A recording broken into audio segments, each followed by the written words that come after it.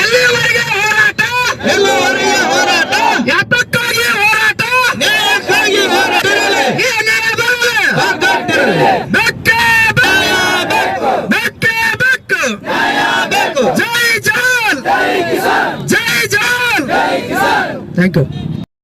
ಕರ್ನಾಟಕದ ಮುಖ್ಯಮಂತ್ರಿಗಿರಬಹುದು, ಅದೇ ರೀತಿಯಾಗಿ ವಿಜಯಪುರ ಜಿಲ್ಲಾಧಿಕಾರಿಗಳಿಗೆ ಸಂಬಂಧಿಸಿದಂತೆ ಎಲ್ಲ ಅಧಿಕಾರಿಗಳಿಗೆ ಮಾಹಿತಿ ನೀಡಬೇಕಾಗಿತ್ತು.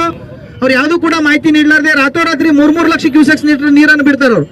ಅದೇ ರೀತಿಯಾಗಿ ಮೊನ್ನೆ ದಿನ ಮತ್ತೆ 2,60,000, ಅದಕ್ಕಿಂತ ಮೊದಲು 1,50,000, ಸುಮಾರು ಇಲ್ಲಿವರೆಗೆ 2 ಲಕ್ಷ ಅಂದ್ರೆ 3 ಲಕ್ಷ ಹಿಡ್ಕೊಂಡು ಟೋಟಲಿ 2 ಲಕ್ಷ 1 ಲಕ್ಷ ಅಂತ ಹೇಳಿ ಸುಮಾರು ಇಲ್ಲಿವರೆಗೆ ಒಂದು 50 ಲಕ್ಷ ಲೀಟರ್ ನೀರನ್ನ ಯಾವುದೇ ಒಂದು ಮುನ್ಸೂಚನೆ ಇರಲಾರದೆ ಏಕಾಏಕಿ ಭೀಮಾ ನದಿಗೆ ಬಿಟ್ಟಂತ ಸಂದರ್ಭದಲ್ಲಿ ವಿಜಯಪುರ ಜಿಲ್ಲೆಯ ಚಡಚಣ ತಾಲೂಕು ಇರಬಹುದು, ಇಂಡಿ ತಾಲೂಕು ಇರಬಹುದು, ಆಲ್ಮೇಲ್ ತಾಲೂಕಿನಲ್ಲಿ ಹಲವಾರು ಗ್ರಾಮಗಳಲ್ಲಿ ಈ ನೀರ ಹೆಚ್ಚುವರಿಯಾಗಿ ಬಂದು ಸಾಕಷ್ಟು ನಷ್ಟ ಉಂಟಾಗಿ ಮನೆ ಮಠಗಳು ಮುಳುಗಿ ನಮ್ಮ ಕೃಷಿ ಭೂಮಿಗಳು ಕೂಡ ಎತ್ತಗೈ ಮಟ್ಟ ನೀರು ನಿಂತು ಹಾಕಿರುವಂತಹ ಎಲ್ಲ ಬೆಳೆಗಳು ಸಂಪೂರ್ಣವಾಗಿ ಲಾಸ್ ಆಗ್ಯಾವ.